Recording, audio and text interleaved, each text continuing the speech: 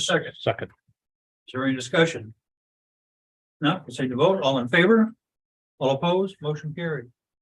We call the meeting to order, this meeting to order. And we have the Pledge of Allegiance. I pledge allegiance to the flag of the United States of America, and to the republic which stands one nation under God, indivisible, with liberty and justice for all. Thank you. Okay, first up is a presentation. Waldeboro 250th Committee Chair, John Blodgett. Good evening, everyone. Boy, two meetings in a row. I'm telling you. That is so cool. I know. Maybe you should apply for this job. Again, I'm John Blodgett. I'm the chairperson for the 250th anniversary that we're having here in almost just over a month from now. June 16th, 17th, and 18th. We're gonna kick off a good celebration of Waldeboro's 250th birthday. And we want to present the town with our commemorative poster that's been framed. We'd like you to display this here somewhere in the town office so people can see it. I want to thank Madomic Design, Brian and Amanda Schuster for doing the design for us, and we all fell in love with it the first day they brought it in and showed us. And this is on all of our advertising and whatnot, and we're going to carry this forward for another 50 years, and then the 300th celebration, they can figure something else out. I won't be there. I'll give it to Bob. Give it to me, Colonel. Can't wait on you. All right, well, thank you very much. This is nice. We sure will. That's all I have. Thank you, John. I skip presents, isn't it? Nice. Okay, we have a couple of public hearings this evening. May I have a motion to open the public hearing for the Waldeboro Inn? I'll make that motion. Is there a second? Second. It's been moved and seconded to a motion for the Waldeboro Inn LLC. Is there any discussion? I don't know if I need to do that. I Okay, haven't done this. please do. Part of discussion. Oh, is this for the wine bar or for the inn in total? It's for the liquor license For the for the liquor. beer and wine license application. Yeah, we would like to open up a wine bar. I think it's gonna be fabulous, fun. We have all the things in order to make the space safe and pleasurable. I'm not really a public speaker, so this is me Okay. presenting. I hope you like it. Have any questions? That's what I could feel. I'm sorry, I don't know your name. Alexa Stark, yes. One Ah, of the okay, owners. There's 4 owners. yes, I see the listed on the back, and then Joanna Spinks is your, She's our wine Manager. rep, yeah, Yep. and manager. thank you. She would be here tonight to answer probably more questions, but it's me. Okay, if there's no further discussion. Sorry, Colonel, can I ask one? Yeah. Oh, go ahead. What do you question? We get the information on it. Sure, yeah. Is it gonna be situated in what it was the residence, or is it situated in that building? Oh, okay, yeah, it's going to be in the back building, which was the barn. Right, It's I believe it's about 800 square feet. Space, we're seating we have enough seats to seat. I'm making all the furniture, so I've made enough to seat 35. But we'll have outdoor seating as well, the whole backyard, and we fenced that in. If you saw the fence, I'm currently fixing the fence. We don't like the fence. My business partner put it up and it doesn't look good, so I'm fixing it. However, we're expecting about like 15 to 20 people a night if we're lucky.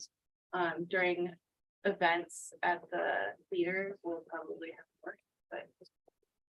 We'll find one. And we're serving about 6 wines, 2 beers, and 1 cider. Cool. Yeah, all like local stuff. And there's food. So there's no food being served or anything? No, there's going to be like olives, tinned fish, and a cheese board. And peanuts. And you've been in front of the planning board already. Yes, and they've approved. Okay. Okay, I guess we're at the point where we proceed to vote. All in favor? Sorry, I No. need to make a motion to close the public hearing. May I make that motion, Mr. Chairman? Yes. Okay, yeah, all right. We hadn't opened. We're still in discussion. Oh, and I'm that's sorry. Discussion, I thought. then we need public comment. My Oh, okay. I have a question. Is it okay to ask a question? Sure. Okay. I'm a little disappointed in the height of the fence. With the overflow coming out of the barn, it's really a very short fence. in Yeah, back. we're fixing it. It was a huge mistake on my business partner's account. Yeah, we're putting in a taller fence. And I'd appreciate it if it was 6 feet. Yes, I would I greatly agree. appreciate it. I had COVID when he put up the fence, so I wasn't there, and then I was like, what are you doing? Yeah. This is all wrong. And- Yeah. Mhm. And upside down. And upside down. Yeah. Like he never put up a fence. I thought it was on purpose. I was like. No, look at it's not on purpose. I think it was like, yeah, I had COVID and he was only here for 3 weeks because he doesn't live here. And so he was stressed and I think he just made a lot of quick decisions that weren't right. I mean, it's right in line with my Yeah, yard, so I'd appreciate a Yeah, higher fence. yeah. Mhm. Yeah. I just wondered, at any time, do you have the intention of adding spirits to the liquor license? No, you just want to keep it the beer and wine. Yeah, yeah, we don't really want, because we're gonna close around 9. Well, last call will be at 9, but people have to leave by 10, and we don't really want like. Right. Wild. It's supposed to be a mellow place. No live music that will ever be there. We'll have some like pop-up like food parties and stuff with restaurants from Maine, but there's nothing I don't want. Please. Any other public comments? Does anybody like to make? Okay, if not. Oh, I'm sorry, I didn't see it. It's a great thing for the community. Come on. I mean, look what's happening around here. Waldeboro is changing right in front of everybody's eyes. I just hope people recognize that it's a real positive thing for the community. Thanks. Thanks. Thank you. Any other comments?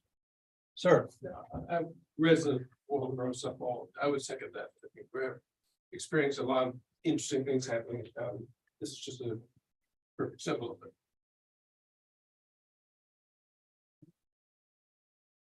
any other comments? All right, may I have a motion to close the public hearing? I would make that motion. Is there a second? Second. Is there any discussion? If not, we'll proceed to vote. All in favor? All opposed? Motion carried. Awesome. Thank You're you. all set. Now, yeah, now we're gonna act on Yeah, the, so is there a motion to, deal with this? Waldeboro Inn LLC beer and wine license application? I move we approve the application for Waldeboro Inn LLC. Okay. Is there a second? Is Second. there any discussion? If not, proceed to vote. All in favor? All opposed? Motion carried. Thank you very much. Thank you so much, you guys. Appreciated the public comments.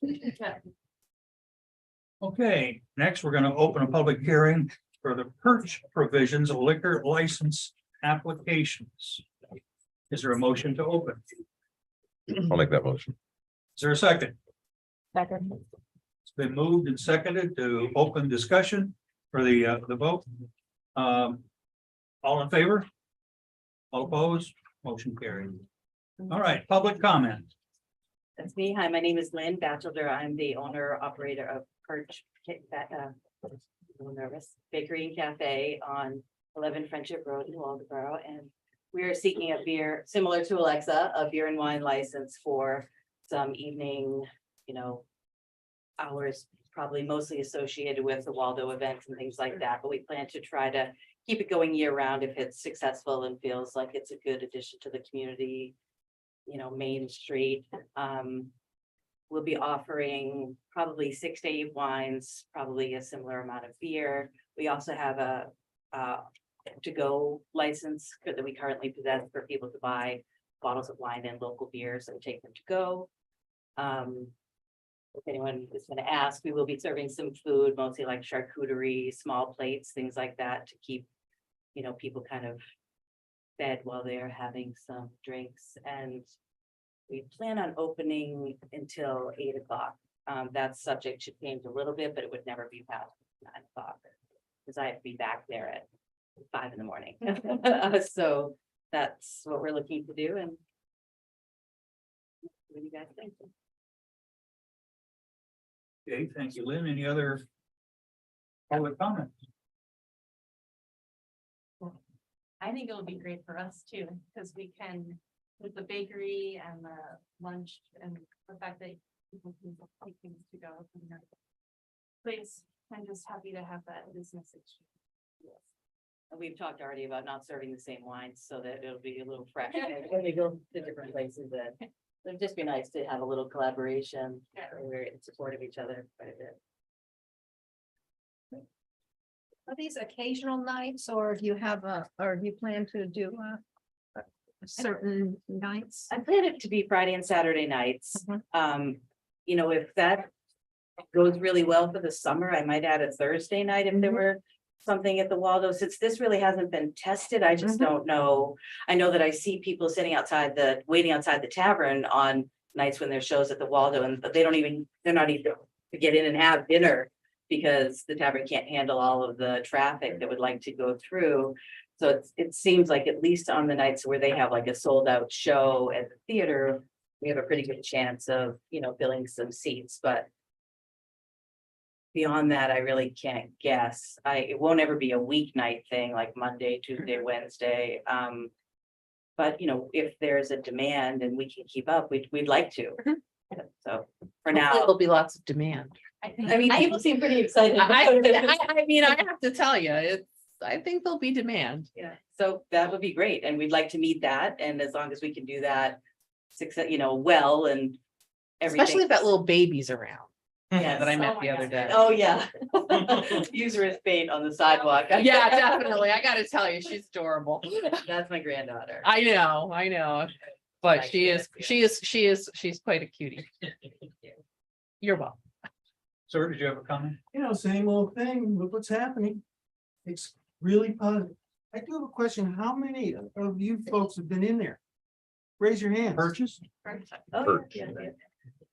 Oh, you gotta go. I'm not a bakery person. I'm not a wine drinker. I don't even drink alcohol, so. I don't either. Cappuccino? Nope. What? about it? Come on. Iced tea. I see, you gotta get in there. And breakfast sandwiches. Oh, do they? Yeah. It's Yeah. really important. Yeah, and I think also like we're providing job, I mean, I don't have to stand up for myself anymore, but we're providing jobs too, and like having, I think that's just like the greatest thing in this small town. I'm so excited. We keep saying, I say it all the time. We're growing and things are happening here, and I've been beating that drum for 7 years now. I keep beating it, so it's wonderful to see. It's for sure. I'm excited about it. Yeah, I mean, it feels nice to have the support of the town. Most of you have, except for non-cookie eaters. So it feels really nice to see that, I recognize a lot of the faces here. And it just feels good to have support as well. And we're excited to be in this moment, you know. And it didn't feel possible even a few years ago, and now it does, you know, so I think it's a great thing. And It really is. Yep. It's a wonderful thing. Thank you for taking the risk.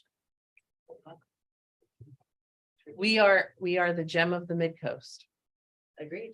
You just gotta get people to hop off the highway a little bit, you know, the Route 1, you know, and now I think there with some more choices and some lodging and some nightlife, and it'll be a really nice thing. I think you're right with the nightlife and more lodging and, you know, we have just an amazing group. The farmers market's coming back to the town office. You know, we have amazing farms.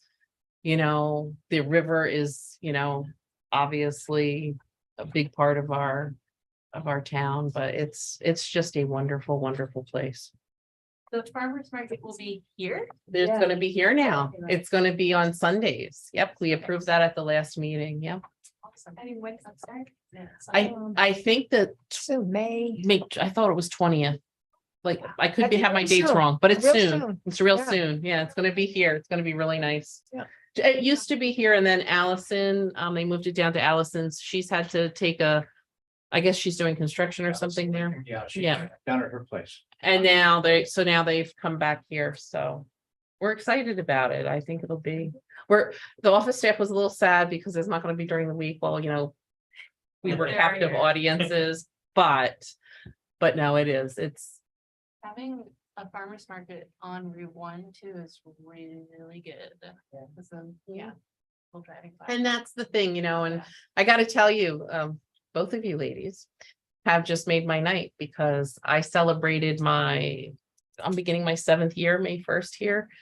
And compare what you're saying now to my first meeting that I attended as the town manager, this is just, you've made my night. Oh, You really have. You're just wonderful. I drive downtown now and I'm very excited about what's happening.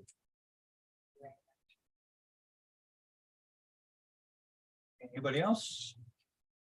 A quick question, do you intend to maybe make sandwiches, something a little bit more substantial than? We will, we're expanding our hours quite a bit in the at like mid-June, end of June, and that will include lunch, so sandwiches and salads, so.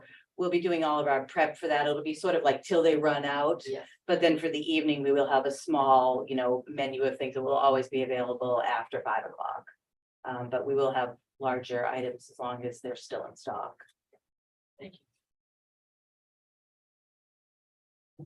thank you very much. I have a motion to close the public hearing. So moved. Is there a second? Second. Is there any discussion? If not, proceed to vote. All in favor? All opposed? Motion carried. Okay, now we'll act on the Perch Provisions liquor license application. I have a motion. I make the motion to approve that application. Okay, Second. second. Been moved and seconded. Is there any discussion? If not, proceed to vote. All in favor? All opposed? Motion carried. Okay, next is adjustments to the agenda. I know of one, under new business 10.3. Employment agreement for the town manager. I move we add that to the agenda. Second. A second, all right, is there any discussion? If not, we'll proceed to vote. All in favor? All opposed? Motion carried. Are there any others? Okay. We'll move on to citizen comments. Jan, You've been good, yes, Mark, is it gonna be? that's correct, yes. Yeah, 11.1 has been strict. Okay. Citizen comments? Sir. About anything or? Can you just say your name too when so we have it for the minutes? Okay. It's Richard Parker. I believe the town bought the parking lot behind Perch. Correct? I believe the closing is on the 27th. Okay, is there any plan? There is a plan, and if you were to see our town planner right behind you, he will be more than happy to share that. Max has the amazing plan. And he, once we do take possession of it, he'll be meeting with the businesses and I hope it involves. liquor. Seating. No, No, like seating so people can, because that. He view is has so this, nice. and I will tell you about Max's plan. I'll give you a little taste of the plan of Max. He calls it an expanded boardwalk. Oh. Ooh. Yeah, he's got some ideas and yeah, I would love you to. I was, Have to deal with the camera. So I shouldn't say, take the credit. This was actually something that my former boss, Bill Maypower, he always wished us when he was the planner here 10 years ago. And then when we were brought on as consultants, that was what he was always talking about with the downtown revitalization plan. The plan would be, if all the businesses would be open to the idea, it would be a boardwalk that would extend beyond the bottom levels so that we could start, so that it might give some incentives to those businesses to then open up the bottom floors as well. Or in that case, yeah, it could be some seating, and then at the very edge of it where there's some green space, we could have some outdoor seating. It could be left as it is, but that's some stuff that's going to be part of those conversations we want to have. Would it subtract parking spaces? We're no, hoping we're not taking away. we don't want to take away Okay, parking yeah, spaces. that's- No, no, no. We The don't want to take away parking spaces. plan is going to be, once the parking is lock and key, the idea was going to be having maybe 2 or 3 forums. One would be focused on just the friendship block businesses, because I want to really hear from them specifically what challenges they're facing, what they want to see. And then after that, we can expand it to either just the village or the entire town, so that we're getting a broader opinions on that. I have a kind of a dumb question then. Do all the businesses also have the bottom floor? Like, do you guys have the bottom floor as well? Well, no. There's a workshop down there. Oh, okay. We have an Probably entrance patio out that goes out back, so we would love to put a deck out there. Yeah, so there are, okay, I was just curious how those businesses would like use those spaces from down below. Well, that's why we Yeah. want to have those discussions. Right. That's what Bill always envisioned. You know, that was 10 years ago. I don't know how much it's gonna hold up now. That's better than, I was just asking if there was gonna be like picnic tables. No, and I mean, and how that tied in, and God bless Ted Booster and Betsy Booster, because, you know, they shared the vision. But, you know, part of this downtown revitalization, we're talked to the DOT, there's going to be some improvements for that intersection. We're going to slow people down downtown. And there was also the discussion a lot about the river walk at one point, and I don't think we've given up on having the actual river walk from Pine Street Landing all the way around. So, you know, I mean, you know, it's, we don't normally get this many people, so you're captive, so you have to listen. But I mean, these are exciting things, and this stuff has been in the work. I mean, you know, like the parking lot, that was on my first goal list in 2017. My very first week here, I had Ted Wooster take me around it. Didn't he have a little Ford Ranger? Was it a Ford? I think it was a little pickup truck, and you know, tell me, you know, his ideas about the parking lot. So it was exciting. Well, and I remember in one of my first meetings, something that Ted suggested was getting the University of Maine students. involved in Exactly. our- Yep. In the plan, and it's been great. We did have a plan, and that's what you could see, Mr. Parker, is the plan that UMO students did, and we'll probably invite them back and ask them to further explore after we meet with the businesses, and it'll be a lot of fun. So good things are happening. Is there a timeline for this project? See when the parking lot happens, finally. And supposedly it's May 27th, so That you close. that we close, so. Projected. And then I would say a year at least for grant funding, so. Yeah, there's some grant funding that, because I assume we all don't want to just pay out of pocket. for these Yeah. kinds of- Yeah. But Max is really, really good at getting grant funding, so.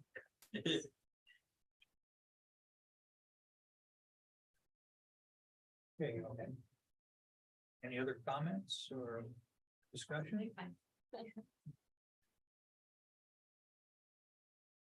Okay, then if not, we'll move on to select board comments. Well, mine's gonna be like the comments of two other select board members, and that is. The 250th anniversary is coming up. There are tickets available for the Justin McKinney performance on the 26th of this month. And they're $25 a piece unless you wait, and then it's $32 a piece at the door. So we have them for sale in the town office. I've sold all mine. I don't have any left. I have some. There you go. Yeah, Jen has a few left. Yep. The I have Colonel has some. I know John Blodgett has some. Pam has some at the town Oh, there we office, so you've got lots of places you can go to find them. And I urge you to go out and have some fun that night. That's all I've got. Just one thing, the alewives, I don't know if you've seen the seagulls in the river, but the alewives are coming. Almost like the British. We have a guy that we've been working on getting a fish counter. The Davis Trust has been having an awful job of trying to find volunteers to count fish. So in the last 2 years, we've recruited somebody to work on fish counting. Max got us a grant, a $16,000 grant for a fish counter The Outdoor Heritage Fund. through the Outdoor Heritage Fund. I'll put a plug out for them. We've got a guy that's built it. I believe last week he was in and got the computer. And he's ordered the stuff he's got most of it done, I believe. I just tried to text him to find out how far along he was. I talked to him sometime in the middle of last week. But hopefully we'll have a fish counter in the river and counting how many alewives we actually do have in the river coming up through. And we also I've been meeting with the Davis Trust, with Julie and with the Washington group, because we're trying to get alewives to the Washington Pond. And this small project that started out just a handful of volunteers has turned into a $750,000 project. Now it's a $5 million project. And there's funding out there for this. So we're working on with Maine Rivers to acquire the. Well, the Maine funds to Rivers do- brought their engineers in, Right. so the original guesstimate of 750 went to. Right. Yeah, well, and Now it's, now more. it's at a $5 million project. Lots of So culverts, lots of, Mhm. and most of the work is in Washington, not in Waldeboro, because a lot of our culverts and the bridges and things like that have already been addressed. yeah, and it's got to do a And the lot road with crossings. DOT's been involved. Mhm. They're in favor of this. They're gonna have to change culverts on major roads to do this, but. This is a huge project. What's the benefit of having them in Washington Pond? For one, it's increases the habitat. They used to be at the Mill Street Bridge. They used to harvest alewives there. When I was growing up, I always see them down there. But it helps clean the water. They eat phosphorus. So if they get up into Washington Pond, it cleans up the water quality of lakes and rivers. So they're a big benefit. They're not much other than feeding potentially the fry feed game fish like trout and stuff like that. They could potentially increase the viability of recreational in that pond as well. Recreational fishing, ice fishing and summertime fishing. It So- also would add to a fishery that then can also provide support to other fisheries in the area. Yep. Such as lobstering. Yep. Eventually, I'd like to see. The biggest reason I got involved several years ago was I remember being able to go down there and see them fishing for them, and they were using it for lobster bait. And a lot of places like China Lake, they just got theirs completely redone. I can't remember how big that price tag was. It was up there too. Yeah, but they've. Maine Rivers was a big driver behind Yeah, that. and they finally got alewives up to China Lake, which they haven't been there for over 100 years. So there's big projects going on. They're just slow. When you go for grant money, it's slow, isn't it, Max? That's all I have. Well, I don't have a whole lot. Those are both really exciting things. I'm really looking forward to the 250th anniversary. Their plans are great plans. It's gonna be the best parade, and we already had a wonderful parade with the fire department's anniversary parade. That was wonderful, but I think we're going to even surpass that. So make sure you're in town on June 17th to see that. And I'm excited about the the Alewives going up. I remember down Mill Street, I live close to that. Where the fishermen would go down, you'd see the trucks and they harvest them and so that's a goal. Eventually, when the Yeah, population it's gonna be a grows while. enough, It's gonna be, yeah, you're gonna have 7 years of consecutive good numbers. Yeah. To be able to even come close to. okay, well, now we have that Harvest. data collector and all of Yep, that stuff. yep. Oh, great, great, good news. This past Saturday, the Shellfish Committee hosted their second cleanup of the year. I weighed the garbage and it was over 1,000 pounds that residents and clammers and some organizations picked up, as well as 2 pickup trucks worth of tires and scrap metal and such. So that was a really good turnout for that. And I'd like to thank 2 groups, the Waldeboro Snow Crawlers and Midcoast Conservancy, who both took part in that. So that's all I Did the have. high school kids come out and do that? They had a plan. It's one of the next Not ones. yet. And it's one of the okay, they're next on the ones. next There's ones. 2 They more showed me, they have cleanups. signs and all kinds of Yep, there's things. 2 more I'll cleanups. Good to go. expand on that just a little bit more. That as a town, we could do a better job. We only had 4 citizens there. We had good representation from the clammers and, and a few others, but golly, as a town, we could do better. It's only 4 hours. They meet at the public landing. We give you the bags, we give you the gloves, we give you everything you need. And if you need to know where to go, we'll help out with that. And so think about in a couple of weeks. I believe it's from 9:30 to 12:30, something like that, or 1:30. And about pitching in and making this town a little bit cleaner. What's the date? You know, offhand, or It is- we're looking it up. I don't have it. Looking at it up here. Okay, so the next one is Friday, May 19th, 9:30 to 1:30. Meeting at the Pine Street Landing. And then after that, it's Sunday, June 4th, 9:45 to 1:45, also meeting at the landing. So Just a question and a suggestion, and take it or leave it, but. I'm thinking it might be helpful if we could start earlier when it's cooler and the black flies aren't out there quite so much. So the reason they start later is because it's a shoreland. It started as with the clammers. They're cleaning the shoreland, so it's tidal based. I get it, and I don't think the tide is gonna be low at that time on the 19th, but I'll double check. No, that's, Is it gonna be- It's gonna be high, maybe. it's- I might have it yes. messed that- up. Yeah, It's set around the high tide, tide, like 2 hours sorry, before sorry. high tide, 2 hours after. Okay, yeah. That was my bad. fine. Evan. Yeah, so guys don't lose, They don't lose the days no, back. I get it. Clammy That's time. why it's scheduled that. Yeah. Maybe those of us who aren't clammers could go out beforehand. Yeah. I mean, there's nothing that says we can't. There's nothing that says you can't. Okay, so for non-clammers, we could start at 8 o'clock. You bring your own bag, because they probably Or wouldn't be come by there. the town office the day before and pick one up. Justin Justin, is the Or one grab that has Justin, those, yeah. yeah. Okay. Anything else on? All right, let's move on to town manager's report.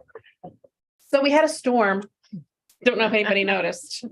I just want to say that our emergency management, police, fire and EMS did a great job. Everybody worked together well. The public works department was absolutely stellar. The Monday crew, the day of the storm, they were 2 employees who were out. But they were amazing. They fixed Marble Avenue, Old County Road, Old Augusta Road. Shorthanded, they did a great job. The next day they went on to handle Filers, Jackson and North Nobleboro Road. A shout out to John Pryor in our Public Works Department. He is an excellent equipment operator. I've been doing this a long time. I happen to be married to a really good equipment operator, but John Pryor, he could shave you with that bucket of his. He's amazing. And we are very lucky to have him. But everybody did a great job. We had both Chief Booker and Chief Lash out doing road surveys, myself, I had Tanya Blodgett riding shotgun with me, doing some road surveys, picking up some cones. it was interesting to ride around with somebody who's lived here their whole life who could say, there's never been water there. You know, so it was a group effort, and I was very proud of all of the staff because, you know, that's what you want to see as their leader is you want to see everybody working together and just doing an amazing job. And they really did. We have put in our damage assessment, so we may qualify if there's enough damage throughout the county for funding. Just a note on Route 235. It could be up to 30 days. It could be closed even longer. They have to have a concrete culvert made, which is going to take at least 3 weeks. They had their contractor out there.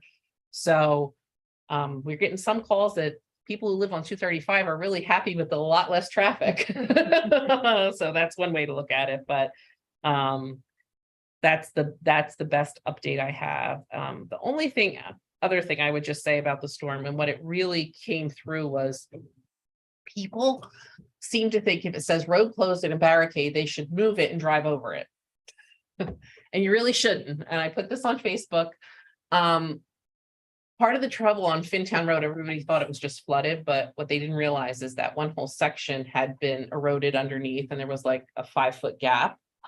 And that's great if you want to take life into your own hands and move the barricade, but not moving it back puts the next person who might think then the road is open in harm's way. And I just don't know why people can't leave the signs alone. So that's my public service announcement for the evening, but I was just really proud of the job that our crew did and just how everybody came together. So that's all. All right, thank you, Julie. Okay, and I have a motion to approve the consent calendar. I got one thing. Larry just got back to me. Tomorrow, he's going to start setting up stuff to install the fish counter. So And where's it gonna be again? right at the Mill where- Street where Bridge. Where the used to have Yep. that walkway down. Yep. So All right, motion to approve the consent calendar. I'll make that motion. Is there a second? Second. Is there any discussion? Not, take the vote, all in favor? All opposed? Motion carried. Okay, that takes us down to new business, 10.1, residency workshop. That means Max is up.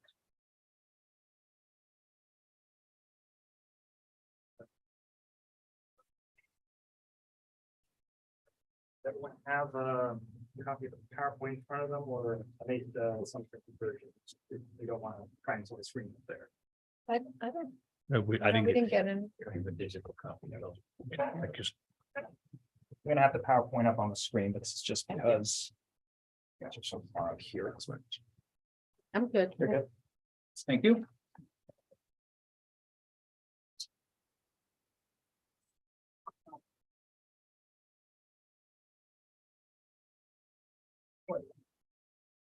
So, last meeting I mentioned the state resiliency program. Sorry.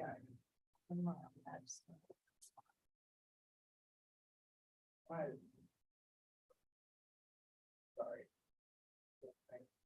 Now.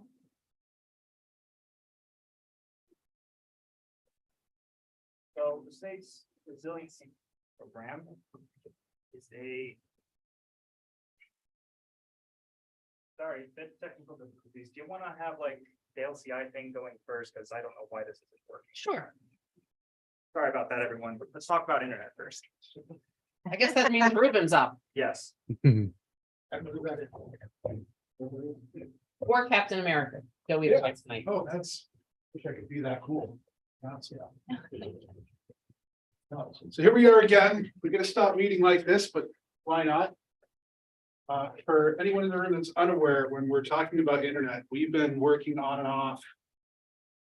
Well, for years now, getting every address in Waldorf served with broadband. We started it with mostly cable, we've since brought some fiber in. We've got some grants to expand those networks, and now we're at a point, we have some unserved homes left in various pockets of town. And a lot of people with only a single option for broadband, that being Charter Spectrum, who works well enough, but having one of many things isn't necessarily good. What we have tonight is a memorandum of understanding that I'm hoping everyone here has read or will read for LCI fiber network to design a fiber network that covers the whole town. This is not a turnkey, you'll have a network tomorrow. This is for the design of a network, so we can get a price tag, so we can look at funding options and feasibility. If this whole project were to complete, what we would end up with is a paid network that would reach every address in the town, being built in multiple phases, starting with the remaining unserved addresses and an upgrade to downtown. The secondary benefit of that, for those of you who have cable and love it, is there's more pricing competition. So people who want to stay with what they have now can do that, and they'll likely just pay less for it. So And this was the grant, a grant, correct? So this is not a grant. Okay, We are paying for the engineering study with TIF fund, $5,000 okay, down. okay, that's where the money's coming from. Right. That's So right. You gotta imagine the other 5,000, so it's a $10,000 design, which is a pretty good deal. And that is to get us a price tag, so we know what the complexities are and what the cost would be. And then from there, we have more conversations to have. And I'm being vague there because I could stand here all night and give you multiple different ways this could go. And that's not gonna serve anyone very well. This is an engineering study to have a privately run built network, not a municipal network. That will make sure everyone in town ultimately has access to fiber optic internet infrastructure that will age well for the next century, as well as some other options for cable and all the other pre-existing connectivity types.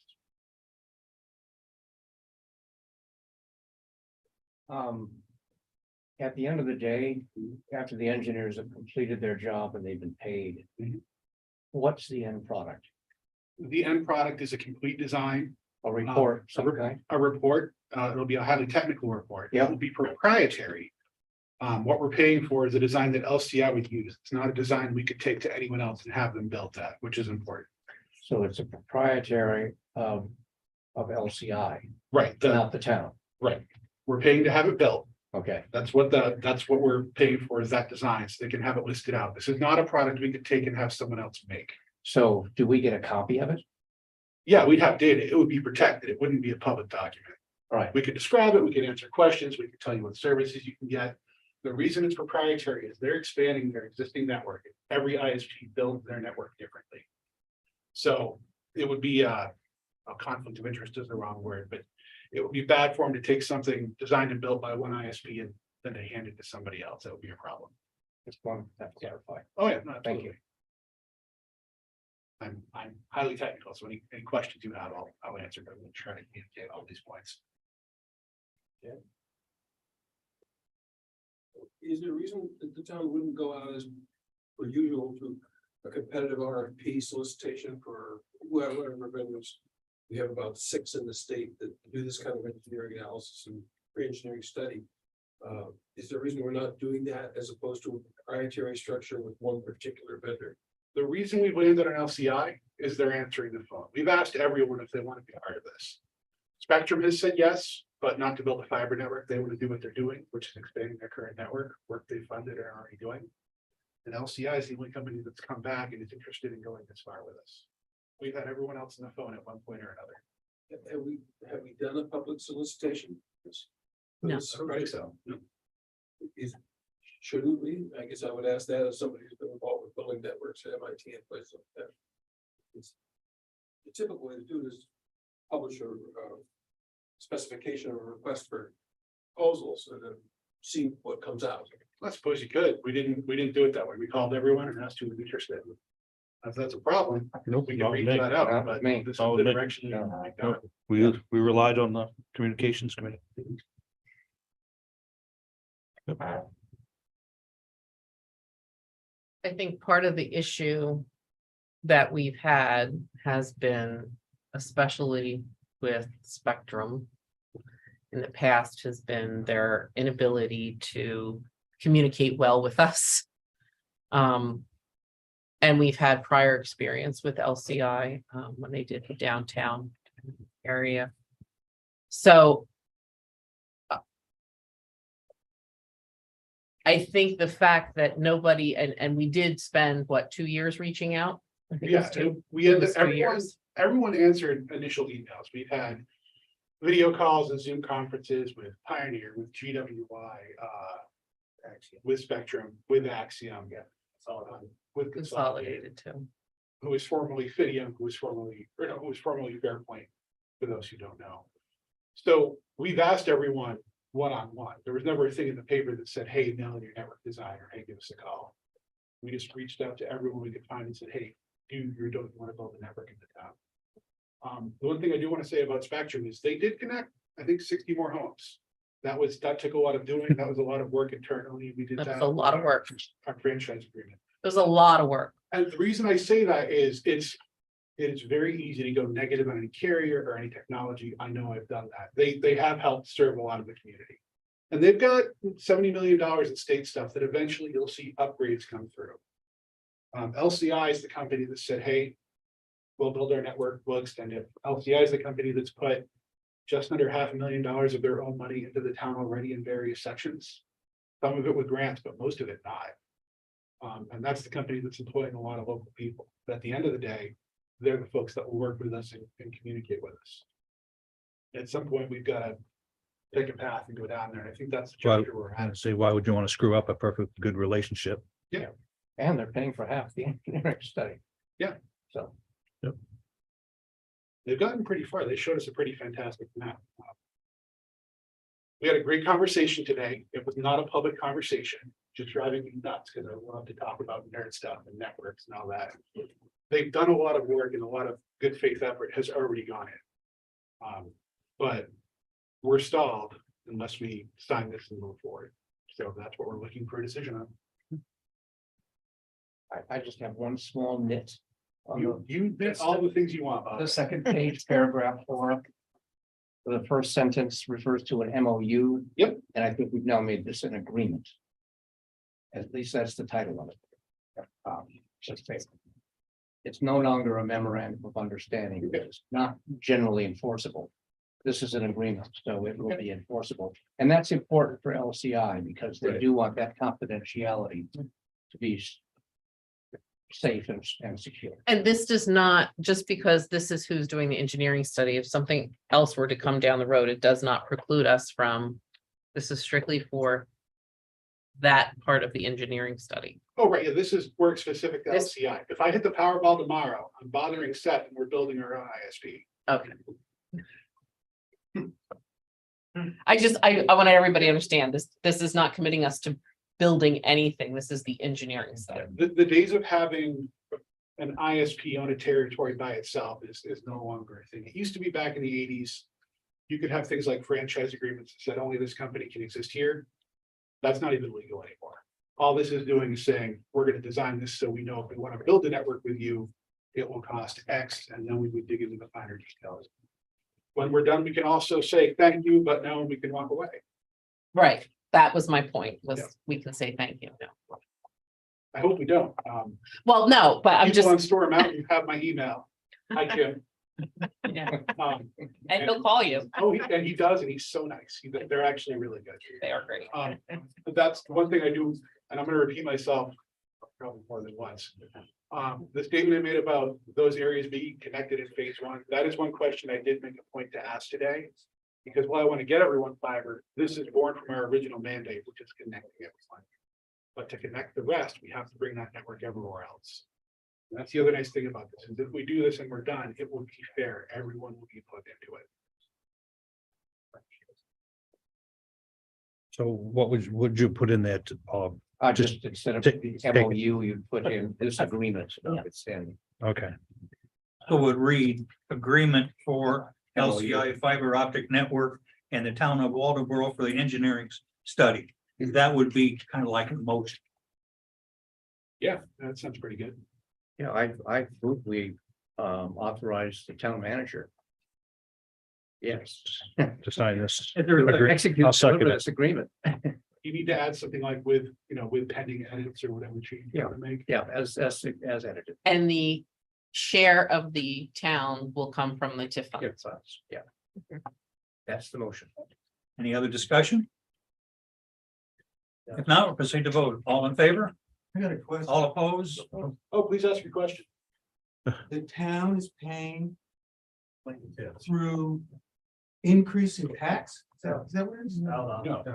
This is a. Let me explain the TIF. The tax increment financing program. This is the general tool that a lot of towns and the people. So what happens is we select 2% of all the land in Waldeboro. The areas that we think are going to be growing or have an increase in land value. Usually that increase would go to the general funds and then about 70% of it then goes off to losses, subsidies, or to the county for taxes. But with a TIF, it's going to the special fund so that rather than losing 70% of that value, we keep it as long as it goes towards economic projects instead. So in this case. Say that again. So I think we had like, when the revaluation happened, that's about 60. So I think you have to explain, I know. let me try. So, Well, go ahead. Well, let me keep do going. one last, let me do one more time. So let's say there was $10,000 in taxes that we got. Let's just say $10,000. From where? Just general taxes. There was a $10,000 slush fund. No. Say all the taxes we collected, that we levied. Right. And collected was $10,000, just to make it a good round number. Just say 10,000. Let's just say that. A portion of the taxes go for school, a portion goes for the support of the town. Another portion goes for the county. Right. So 2% of that, if you have a TIF district, Yes. then does not get sent outside of the town, but gets reinvested into, so say $2,000 of that 2,000 or 10,000. Yeah. so would get reinvested into the town for economic growth. Right. So you're not paying the county portion or the school portion on that. Right. Bob, you try to. Well, it's tax increment financing. Right. So what you're doing is you're taking your appraised values. And you're taking the incremental increase in your appraised value and taxes you collect. From properties that are in the district. Right. That incremental value goes into the slush fund. It is not money that can be grabbed by the state or by the school district or by the county. It stays in the town, it's in a slush fund, we call it TIF reserve. And that's the money, because every property's increase in value every single year almost. We've seen that in the last 3 years. Our TIF fund has increased substantially because of the incremental tax increases that have accrued to the properties we have in town. It's the incremental tax that we are able to put to work with this fund. Does that make sense to you? It's not all the properties in town. It's a district. It's not all of, Right. not every single property pays into I this. usually have a whole PowerPoint presentation. I didn't expect that to be a thing tonight. But the beauty of it is that it sets aside money strictly for economic development. Which is like this, or these same funds are being used to purchase the parking. The same funds are, yes, being used, yes. The same fund, not the same funds, but the same fund is being used. Is there a list of, you know? What Projects. properties are? Yeah. Yes. Oh, yeah. There's a whole, I think he has a map too. Yep, I have the map. No, It should be on. who else applying for this? I mean, What do you mean applying for it? well, the grant. This isn't a grant. These are funds that's still controlled by the town. Right. And so, So Ruben's part of our Economic Development Committee. So the town is using the town fund, the town TIF fund, to put that $5,000 up in conjunction with LCI for the engineering study.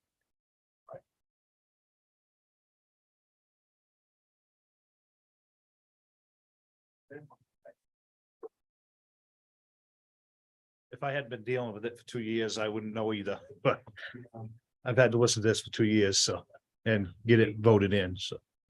we are amending this program as well. We're gonna be having a public hearing about it sometime in May anyway, so you can come there and we can have, and that's where I'll have a presentation with. Well, Max can also email you his presentation, And I can his send- PowerPoint, yeah. And I can send you the tip that was approved back in 2019 as well, so you can see everything and properties that are included in it. And the eligible projects that the funds can go on. We have to stay within the state guidelines of what we can use the funds for. Yeah, the guidelines are set by the state. Yes. They're restrictive. And what we're trying to do, the state itself is entertaining legislation that broadens the use for these funds. To certain projects. Yeah, well, for example, to finance town buildings. We haven't been able to use them for that. But now if this bill passes, we will be able to use them for that. Yes, they have a limit on that as well. They do, Yes. yeah.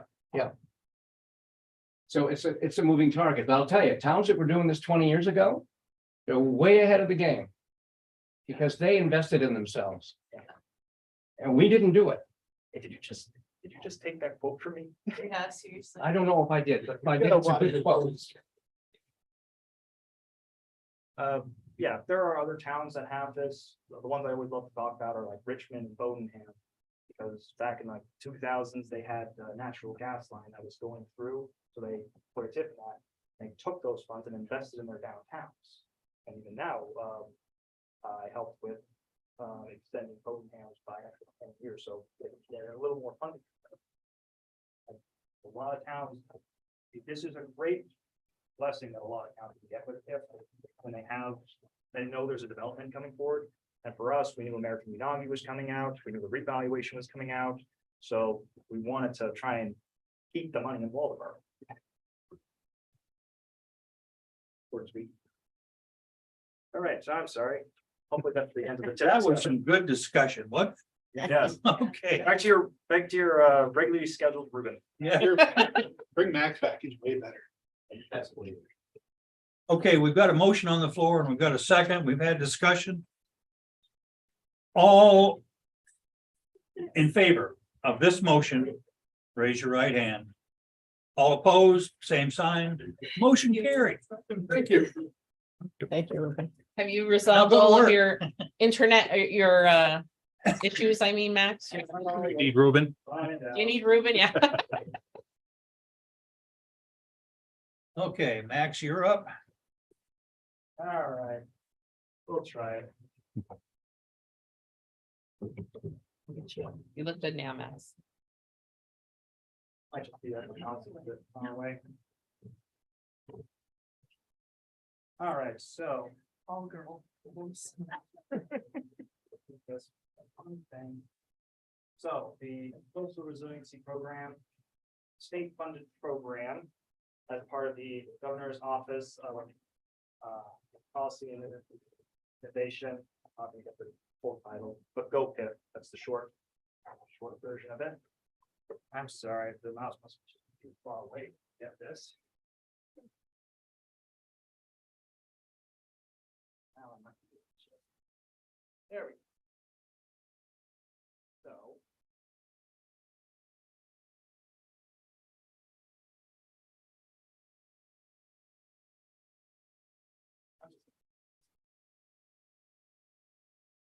Oh, I'm sorry, everyone. Yeah, I know. Do you want me to sit back there and click? No, it's just, now it should be fine. So. Now that I can finally do this. So this is a collaboration between the state of Maine and interested community so that they can access grant funding and with strategies. That will help make the areas more sustainable to address climate change, any reduction in valuable resources. To qualify for these grants, towns must complete a self-assessment, hold a workshop, and pass resolutions outlining the commitment of these communities. And that's the hope with this, that we can have a workshop and have this discussion. And as of today, there is over 131 communities in Maine that have joined this program. And about $4.5 million was distributed between all these communities in the last two grant rounds. Now, why should Waldeboro join? We got a pretty big area, and actually, I don't even know if this slide is necessary anymore, because Julie's already gone over the storm damage. Anyone who wants to see why you should probably do this, go to 235. Yeah. Look at the pictures So that were, true. look at the pictures that were from Lincoln County when they were talking about us. Or talk to Kyle. I think if I had $1 for every time he told me about the duck puddle culvert between us and Noblesboro, Mhm. I probably wouldn't have enough to replace the culvert, but that's because they've become expensive recently. Elm Street Culvert. Elm Street culvert as Mm. well. We finally got some grant funding for that, but even that, we're still needing some more funds for that. We have a large area. We have a lot of elderly residents, a lot of vulnerable residents. The water quality is closely tied to Waldeboro's history and economy. Babden was just talking about the LYs and how that's going to help with water quality and why we're doing this huge effort. And then extreme temperatures and invasive species, they don't care about our property lines. They're not going to just attack one specific area. We've been dealing with the hemlock woolly adelgid for some time. Round Town Moss. Yeah, and I think it was Kenneth Bunkford or Kenneth Bunk, they called me recently saying, how are you guys handling the hemlock woolly adelgids? Because they're in the same boat as we are. And they're a lot further south than us. We've also been making a lot of progress already before this program was up and running. I've already gone through some of the examples we're doing right now.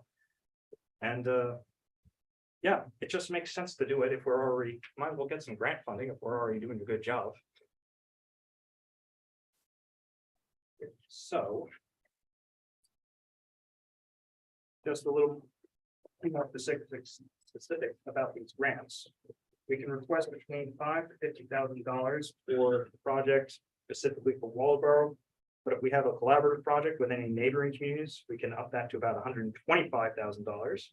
Because we are a tier 2 community with over 4,000 residents, we will have to provide at least a 10% match. But yeah, 90% of the cost being covered, I'd call that a win. I don't know about you. And then the state does have some examples of previously funded projects. This includes municipal buildings being modernized, weatherized, and being a bit more electrified. Bob was talking about TIP funds being used for it. I'd almost want to use these grants instead.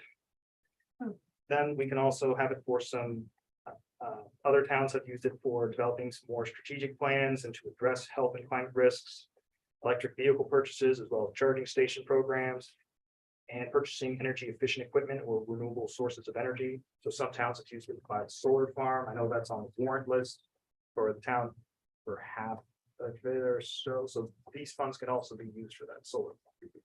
Right? So we're about to go through the assessment that happened. And keep in mind, this is just strictly my perspective. The select board will likely have their thoughts. I'm always interested in hearing from everyone in this room. So that is something that's going to happen in a moment. And as we're going through it, I want everyone to just think about what are the problems Waldeboro can see and should address right now. I say extreme temperatures, rising costs of fuel and electricity, but again, we just had that storm. What are the problems Waldeboro can address within the next 3 to 5 years? We already have the Sylvania Committee working towards some type of redevelopment of that site. And we just had Ruben talk about enhancing broadband, which are not going to be projects done by next year. They are going to take some time. What are the problems that require a lot of cooperation beyond Waldeboro? And protecting the Madomic River, the roads, and all these habitat crossings. Some of these are right on the Waldeboro town line. Some of these go well beyond Waldeboro. We've had a lot of lovely conversations about aquaculture, and I think I'll end it there. There we go. So the first one, that's part of the state's goals, was the transportation section. And for those who are curious, the yellow highlighted items are what I consider the high priority. The green items are what I consider complete already for the town. Then there's low and medium priorities. I can go over them if people would like me to, or if for the sake of time, the select board wants me to just focus on the high and completed priorities. Does anyone have a preference? I mean, Okay.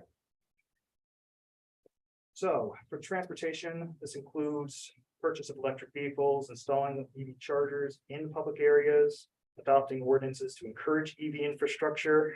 And for all the electric vehicles, I either have that as a low or a medium priority because, at least for the town's fleet, I assume if any of the chiefs were here, they would say safety and reliance are their top priorities. If they're responding to a call, they want to make sure that they have a very effective vehicle. And just speaking as someone who was on the budget committee in Damascotta, someone asked, well, can you buy an electric fire truck? And the chief said, if there was a reliable one. So I know some towns are getting electric cruisers or EMS vehicles, but it depends on the age of our fleet and it depends on if our chiefs are comfortable doing it. Because when the time hits, we want to make sure that it is a vehicle that is going to get to us in an emergency. And then as for the actual EV charging stations, I don't know if there's enough vehicles to warrant it. Their parking is also a very big concern. So for Waldeboro to install chargers in the downtown, I think we need to know that there's not going to be a parking issue. And from the last few planning board meetings, there was a lot of discussion about downtown parking. And also a professional, if I understand correctly, the professional building did receive an efficiency main grant to install an EV charging station on Jefferson Street, which is going to be public. So we can see how far that goes before we start buying some EV charging stations as well.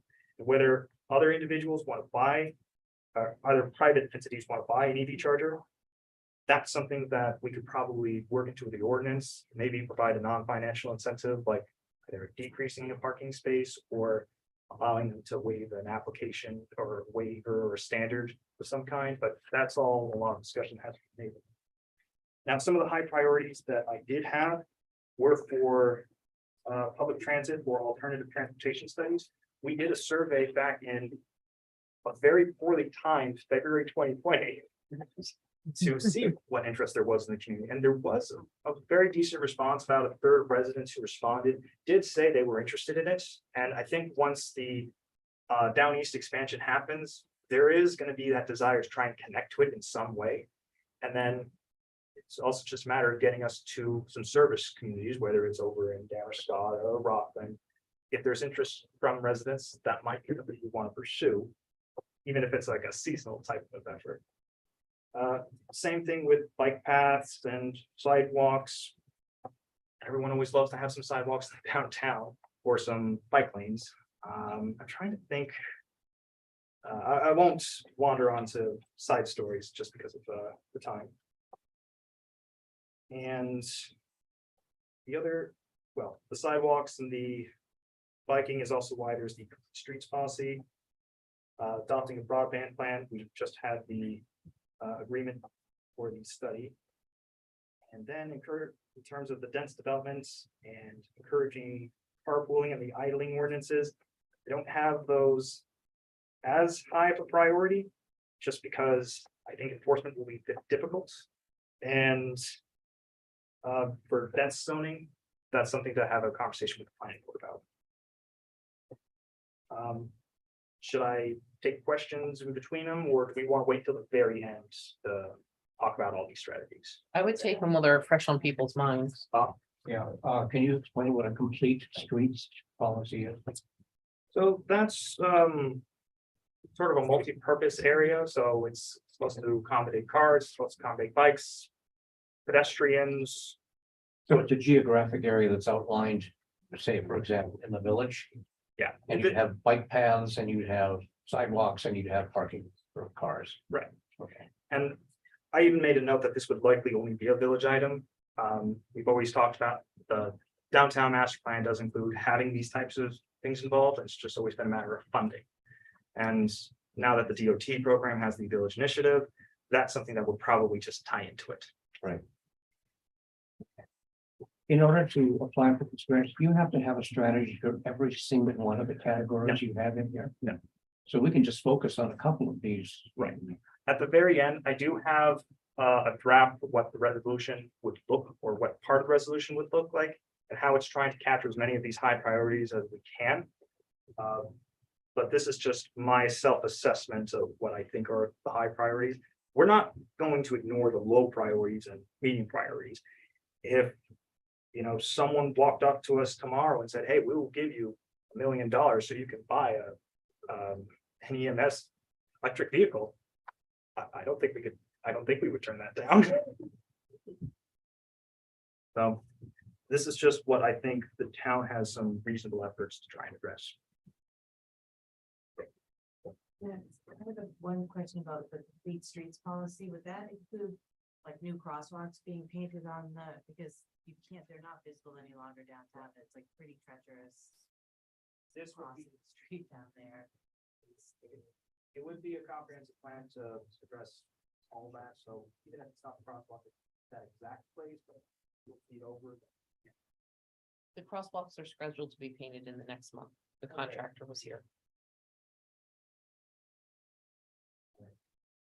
So, we want the modernizing of Maine's buildings.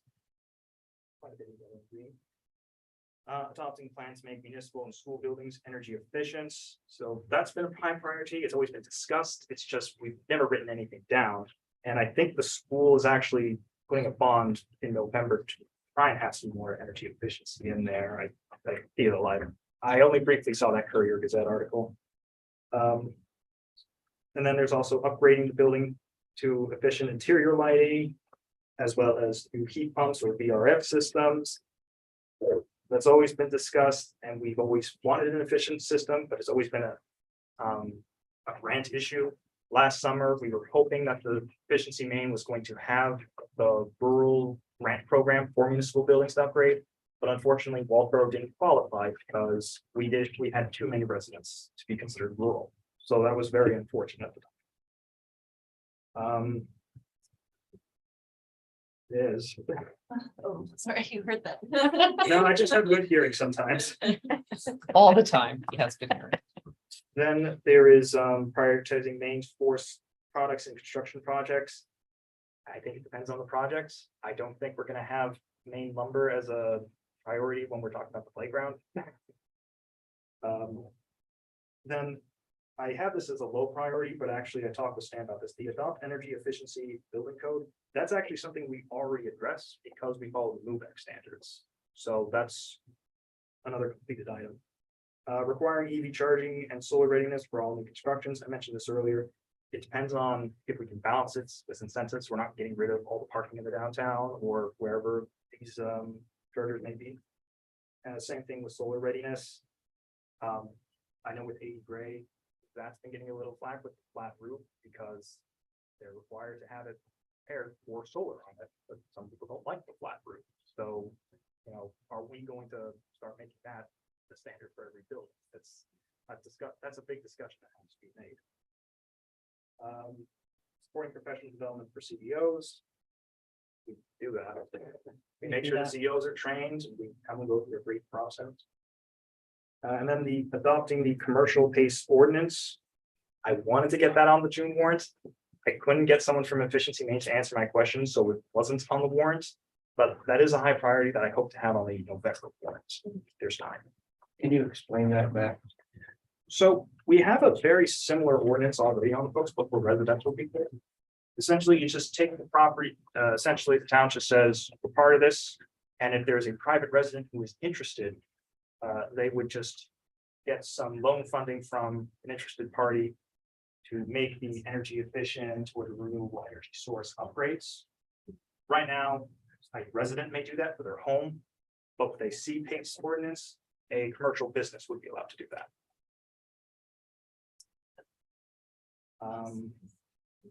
So is there any questions for the modernizing Maine buildings? Oh, good stuff. Then we have a lot of completed items under the reduced emission strategies. The only two items we don't have are tracking emissions reduced by registered EVs, solar panels, and heat pump rebates, and adopting resolution to reduce emissions. I have them as low priorities because the first one of tracking these emissions. I mean, we do have records of the solar panels and we can for the EVs. I don't see the purpose. I know I'm sounding a bit Dated on that one, but. We're already going to just have how many solar panels and how many EV chargers or electric vehicles are already in town. I don't see what the difference is going to be by saying this is how many carbon emissions general public is saved. We can just say these are the number of panels in electric vehicles in town. I don't see the purpose of spending time on that. And then for a resolution to reduce emissions. Same thing. We're already working on trying to reduce emissions, and we've already addressed some of these items. I don't see, we could set a 10% reduction goal, but I don't see what it's going to achieve. We're trying to reduce it by addressing all these other items. As for everything else, a lot of this is associated with the solar farm that we got. So assessing municipal electric fuel and energy needs, I believe this is already because we already have to show the electric needs for the solar farm that we already have on the town's landfill. Adopting renewable energy ordinance to allow renewable energy storage. We don't have a renewable energy ordinance. However, we do allow these uses in town. We don't have a separate ordinance, but I feel that's already achieved the goal. But how do you demonstrate that if you're applying for a grant? How do you demonstrate that you already in the absence of an ordinance to document that we have it in writing? I would show our land use ordinance and in the matrix that we allow renewable energy structures. Okay, If they don't like that, then we could try and make a renewable energy ordinance, but I would like to see what difference it would make. I'm just saying it might be safer to just get it done, and then you don't have to worry about moving it later. Hmm. That's all. Well, again, this is all my perspective. We'll talk about a committee and town work on it later. And this could be something they can still address if they don't feel that the current land use ordinance addresses it. Adopting a streamlined permitting process for small scale renewable energy installations. I feel the difference between the CEO and planning board permit process is able to achieve that. If you just want to do some solar on your roof or your own personal ground mounted solar, you go to Stan, you fill out your building permit, and as long as you follow the basic standards, it's all set. Whereas if you're doing a commercial sized one where it's going to be powering multiple homes off of that property, you are going to go to the planning board because it does a bit more of a rigorous process or a public hearing at least. And then the last two, enter into a power purchase agreement to have power source from renewable energy and install renewable energy project on a municipal property. Both of these were achieved in 2017 with the or 18 with the solar farm at the landfill. And we're already in talks to try and have a second solar farm at the transfer station, depending on who would be on it. And we will potentially buy that solar farm depending on how the warrant article goes. What about the Sylvania site? The Sylvania site, we had a non-binding question back in November to see what residents thought about the use for that site. And most not, well, there were some who did want solar, but overwhelmingly the results were for recreation and to have open space. So right now, what the committee is working on is trying to have it redeveloped as sort of a waterfront park, similar to what Belfast has. And I don't mind talking about that a bit more after. If you'd like. Any other questions for the reducing production of emissions? This is unfortunately a bit dry.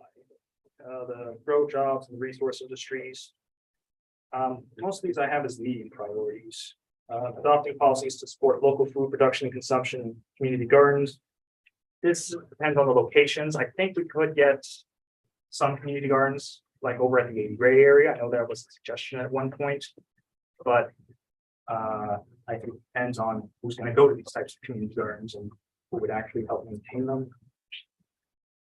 There are also some local ordinances we could pass, but it's all a matter of interest from the community. See, assess the suitability of privately owned private brownfield sites for clean energy projects. I have this as a low priority because I don't know.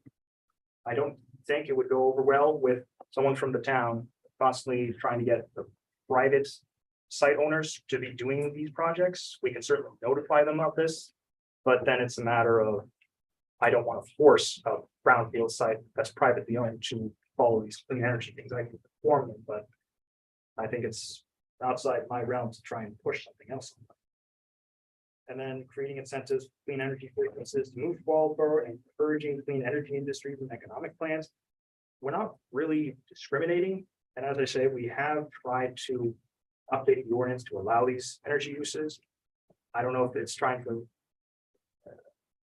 I think when we are talking about plans, we can make it noted of these green energy industries, but I don't see how we're treating them any differently than any other business that wants to move to Waldeboro. But that's just my opinion on it. Is there any questions on the growing jobs and resource industries? Bob? Yeah, Max, when they talk about incentives for clean energy businesses, do they have specific incentives in mind that we should be talking about here, or is this just fluff? Might be fluff.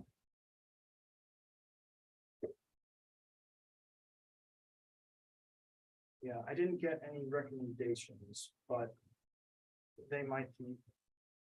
But the suggestions usually would boil down to like the permitting process or creating a credit enhancement or. Well, those are the two main things. Yeah, okay. Thank you. Any other questions for growing jobs? I know, I'm hoping that we'll get through this. Resting. Strategy E, protecting the environment. Set a target to increase the green space, tree planting and water access. I say low priority, but that's with the note that revegetation is part of Sylvania redevelopments, and if there's other locations in town where we could do some revegetation, there are grant programs.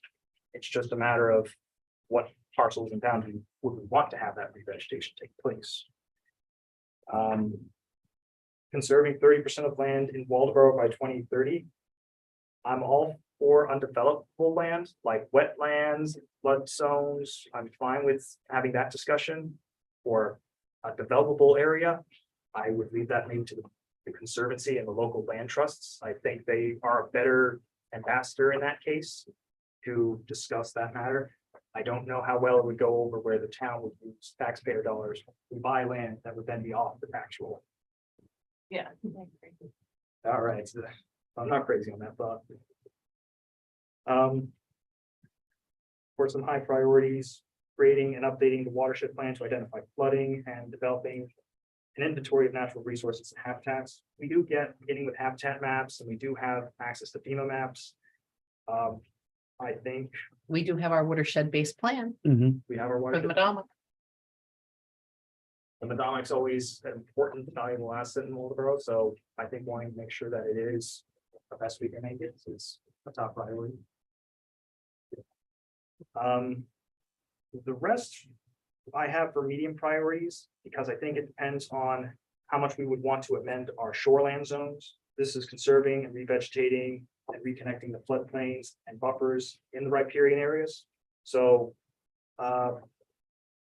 the segment at the Waldeboro Warren line, the wetlands that are between them, that's something that we would be talking about to try and have a better culvert to better connected. Same thing with the Elm Street culvert, where it's not that well connected with the Orks Brook connecting to the main Madomic River. So that's part of it. Then there's also preserving climate threatened natural areas. So this is the floodplain zones, as well as areas that are a lot closer to the river and are likely to have a lot more sea level rise. Prioritizing natural resource areas for coastlines and rivers, identifying and protecting living shorelines. So this is green spit. This is green shoreline. This isn't having a big wall. This is having a more vegetative slope that goes into the river. So it's a lot more natural for drainage. And protecting open space and floodplain. All of that I have under medium priority, because it's just a matter of how much we want to amend our current ordinance. We can always go a lot more stricter than what the DEP gives us. It's just how much we want to be strict. Can I also point out that Mhm. private property owners can do a lot on their own? I mean, we were working with Midcoast to stabilize our shorefront area because it's like a cliff. and it's very easily eroded. You can do things on your own to vegetate those areas, to stabilize them, and to keep them more secure as water levels rise, so. I don't know that the town has to get involved in that specifically unless there's town-owned land that has that kind of vulnerability. I'm not. You can more about that than I would have, but I don't think there is. Well, and there's also resource protection areas that are in the shoreline zone. Yep.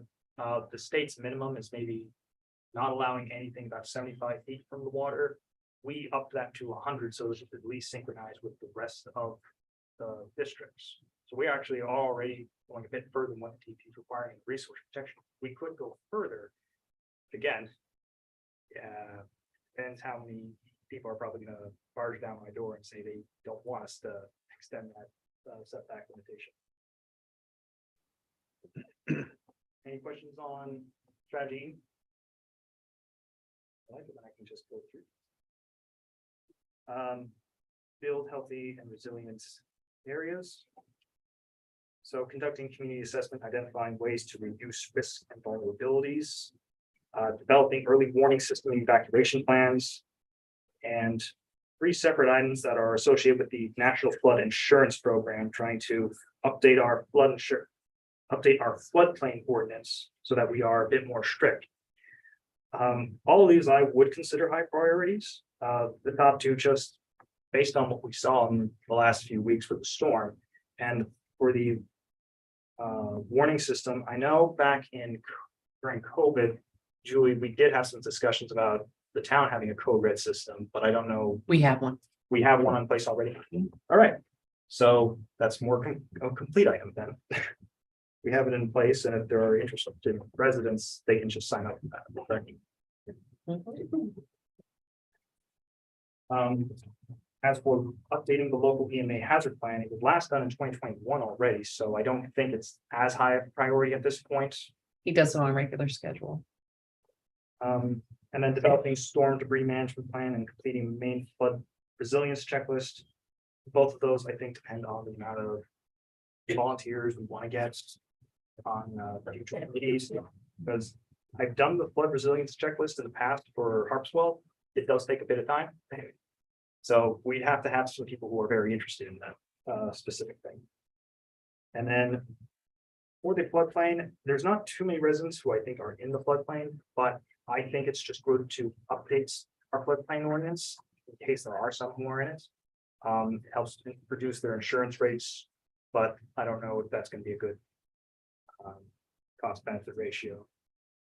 It will take up some time for some residents to benefit, so I don't know if that's some area you would want to allocate those resources. But I think they would be a good thing to have. And then F continues on to here.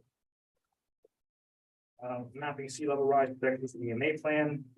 That's a regional collaboration. I think it's best if we have that with Bremen and Friendship, just because they share the Medallic as well. And also the EMA plan was recently updated, so there would be a conversation with them. Adopting 3 board requirements and special flood hazards. Again, I think that's something that's depending on how much we want to enforce on residents. And there's this established peer-to-peer check-in program, which we had again during COVID, where Julie had a lot of fun calling every resident in town. We did. It's nice, but I think with Code Red, and I don't know how many hours you would want to have someone here at the town office calling people. I think the Code Red system again would work. I think for long-term use, it depends how many people would actually want that type of system and when we would use it. We did complete the low impact design standards for stormwater management back in 2020, when we updated the ordinance. And everything else, I think, are high priorities, probably some more important items. One was considering sea level rise projections in permitting coastal developments. We actually had this brought up very recently at a planning board meeting, where there were residents who were concerned that the place was going to be so close that as sea level was rising, that house would now be a lot closer to water.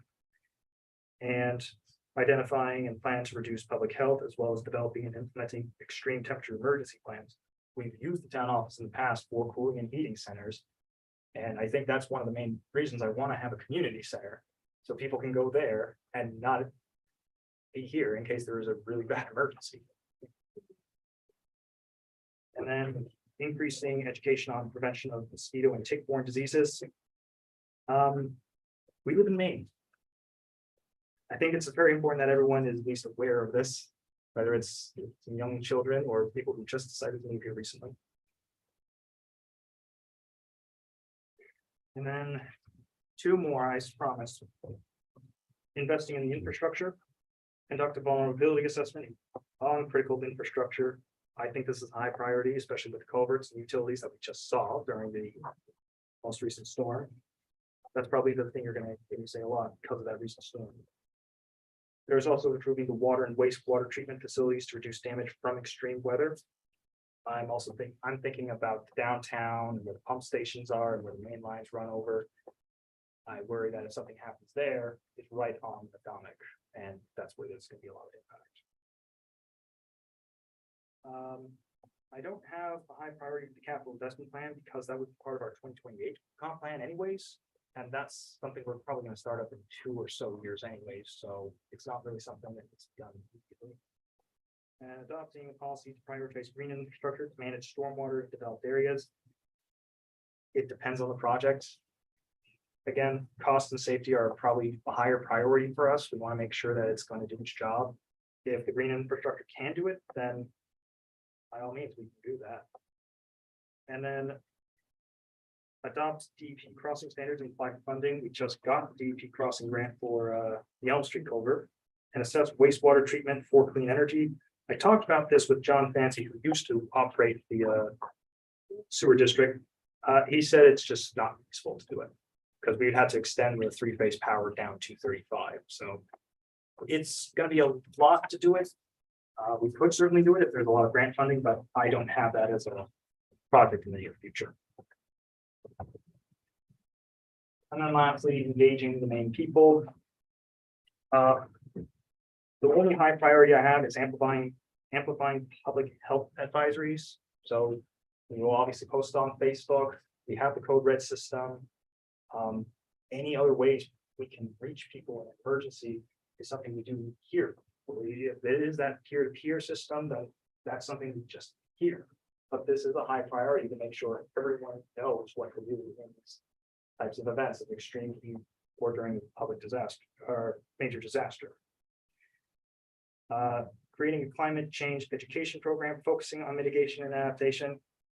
I think it depends on the outreach effort we can do. If we're partnering with a nonprofit who specializes in it, that might be a lot better. I don't know about someone here at the town office going out to the schools and doing this.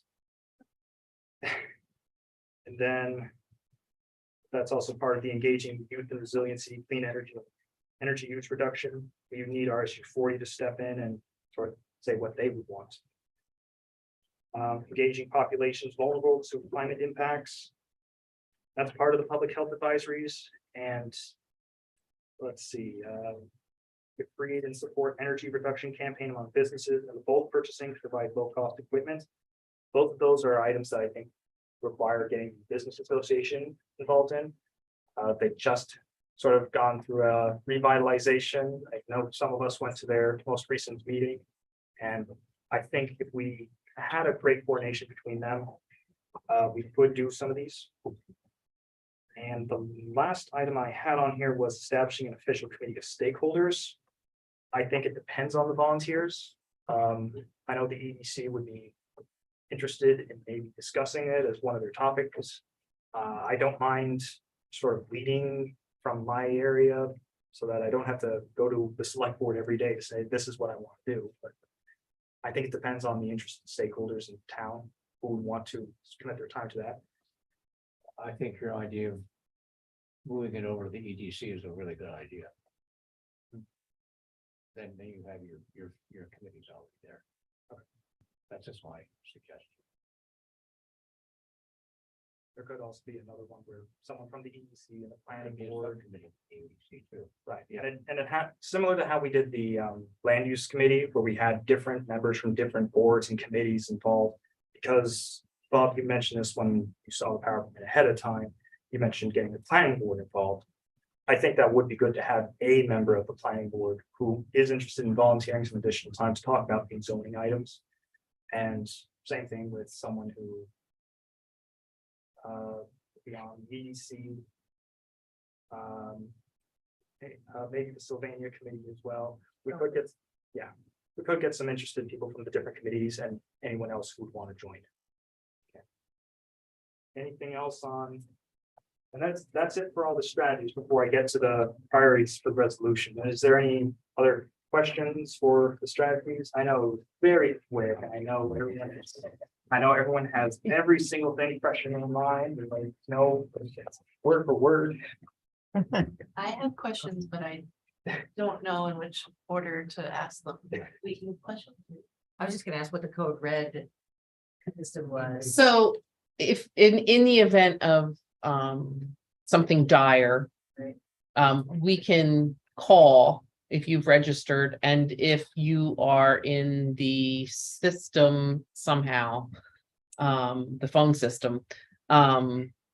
We can reverse call you and give you a message. So like.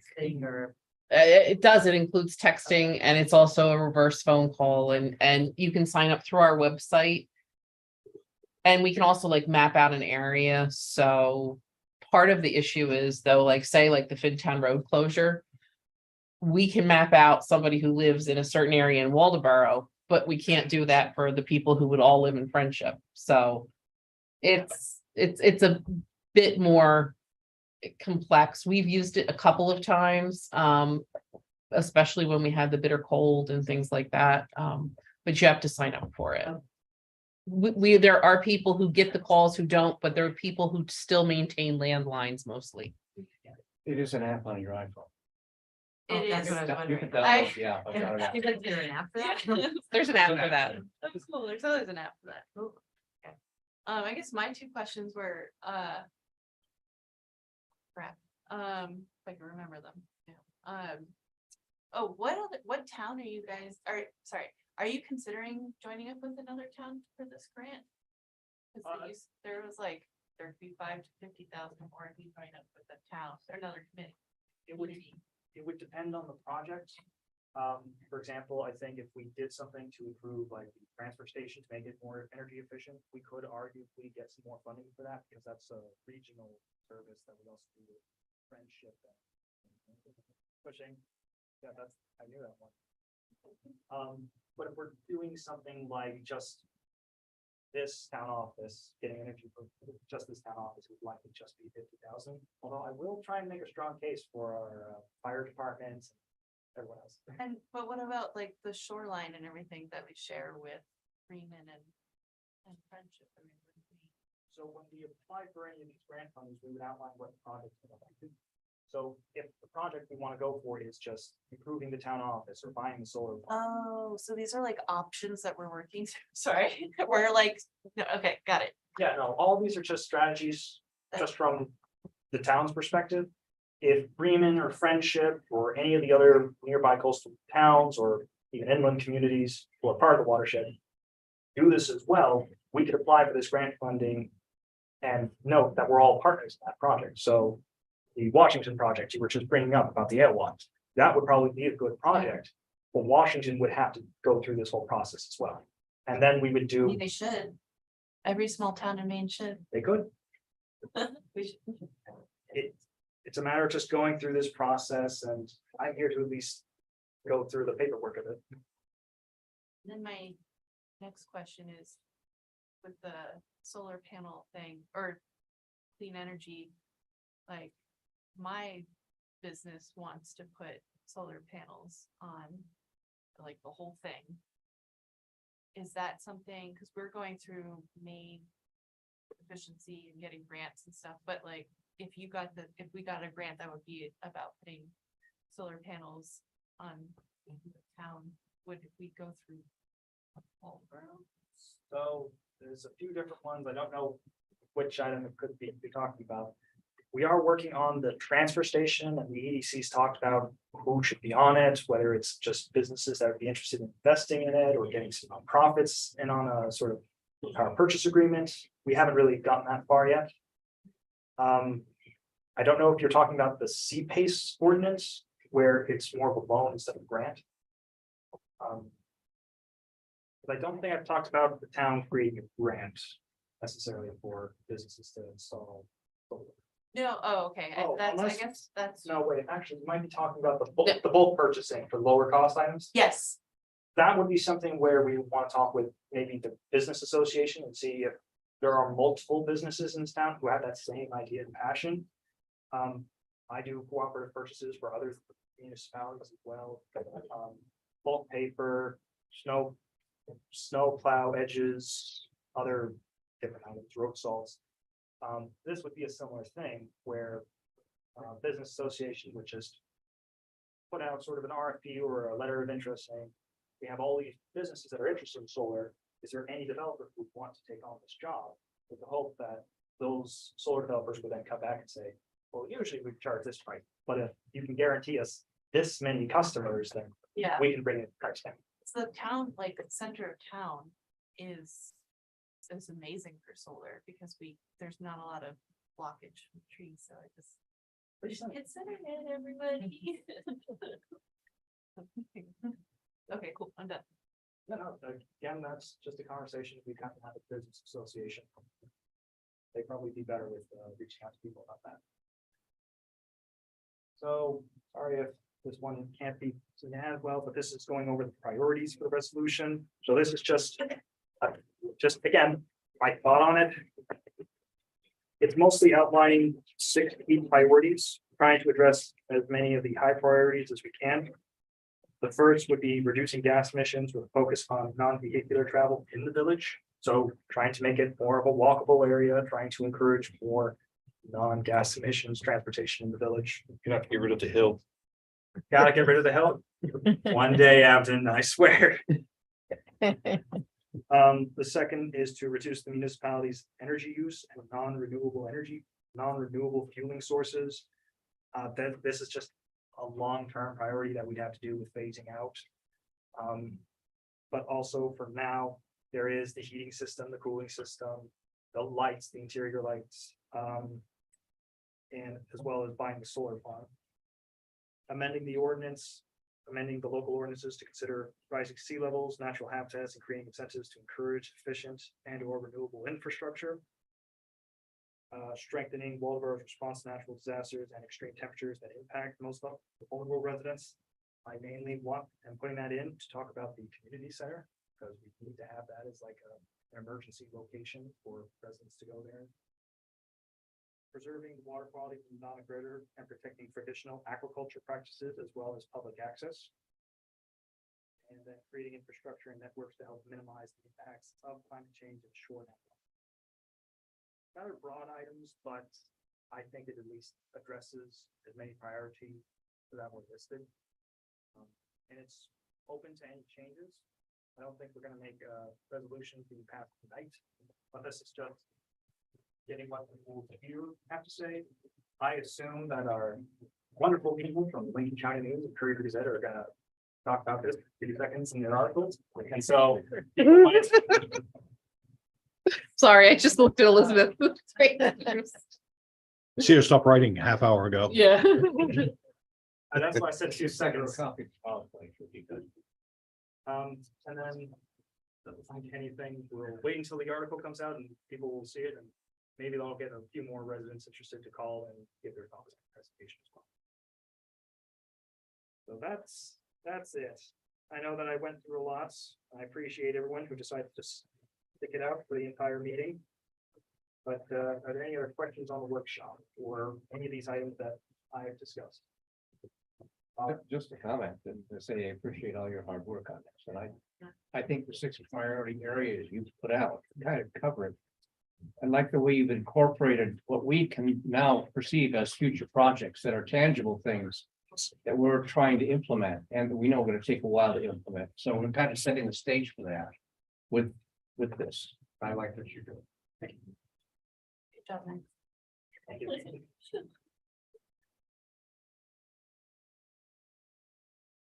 Oh, there's no other comments, then I guess I'm all set up here.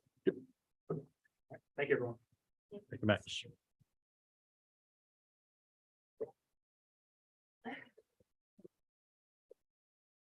Okay, the last item for new business is 10.3 employment agreement for the town manager. Is there a motion? Yeah, we discussed this during executive session and it was a very pleasant conversation, I have to say. One of the easiest discussions I've had in a long time. So I'm. So we don't need to go into it any further. I'll go into it as, I mean, it's a public document, so we can certainly review the highlights of it. Essentially, we're renewing or suggesting that we renew our town manager's contract through April 30th of 2029. There are scaled increases in salary and some acknowledgement that she has not been compensated the way she should have been during the past year. So there's a allowance for some bonuses in there. All of this is included in the budget that will be on the ballot as part of the town manager's office budget line. So there would be a salary adjustment for fiscal year 23. Retroactive to February 1st of this year. Increasing your salary to $95,000 a year annualized. So you'll have 5 months at that level in the remainder of 2023 as an adjustment. And then in 2023 and in fiscal year 2024, we're splitting an $8,000 bonus between those two fiscal periods, two budgets. So 4,000 would apply this year and 4,000 would apply as of July 1st in the second half of in the first half of the 2024 budget year, which is July 1st, 2023. We have this weird calendar that we use for budgets. And then in 2025, 26, sorry, in 2024, 25, the salary would be $108,000. In 25, 26, it would be $113,000. And thereafter, in 26 and thereafter, it would be $115,000 a year. And I have to say that we're getting a hell of a deal with those numbers. If you check around and see what town managers are being paid, we're lucky she's still with us. Because we could be outbid very quickly if someone wanted to hire Julie away from us. Thank God she wants to stay. They've tried, I've said no. Yeah, so the salary is capped at $115,000 a year. But there is some flexibility built in. If we need to do things in order to keep her, we have the flexibility of doing it. The contract otherwise hasn't changed. It's basically what we've had since she joined us back in 2017. Yeah. And I would move that we authorize our chairman to execute this contract and deliver it to our town manager as long as she's willing to sign it. Second. It's been moved and seconded that present the contract to said employee. And is there any discussion? I just want to point out that all of this is also based on performance reviews. That Thank you. you do annually. We do. So. That's a good point. Is there any other discussion? No, proceed to vote. All in favor? All opposed? Motion carried And I'm abstaining on that one. because you're a town employee. Yes. Okay. Doing this. Thanks. Okay. Agenda items for next meeting. I have a suggestion, and I don't know whether we're going to have time for it, but at some time we have to have a public hearing on the, but we've had that, haven't we? On what? On the warrant. It's scheduled for next meeting. Okay. But we do need to talk about the audit.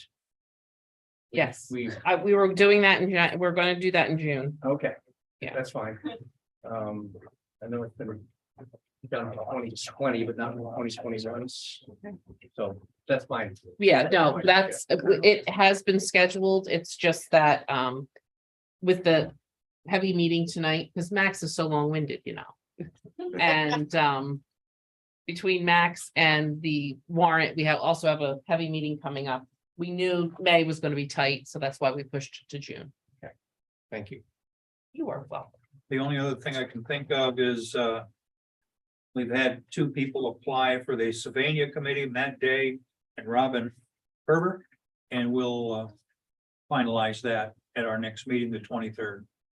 And it was your thought, and I agree. They've been attending the meetings. I mean, they're known to the committee. I think Matt wanted to withdraw and just let Robin, Robin, go on. oh, I hadn't heard that. I neither. He let me know that recently. All right. I think he Okay, told so Max it'd too. be- It would be Robin, Yeah, but same thing applies. Yeah, they've been interested. They live right next door. they live right next door. So last name, Butters, Sorry, last name of Robin. Kerber. Kerber. They don't live well, they are abutters, but there's a house adjacent. If you're looking at them, the house to the left, they're the second house to the left. The neat peaks to Neat. Oh, the gingerbread tree. gingerbread, yeah, the really. Okay. Okay, select board, we've got some signatures for you after we're done here. Do I have a motion for adjournment? So moved. Is there a second? Second. All in favor? All opposed? It's unanimous, the meeting is adjourned.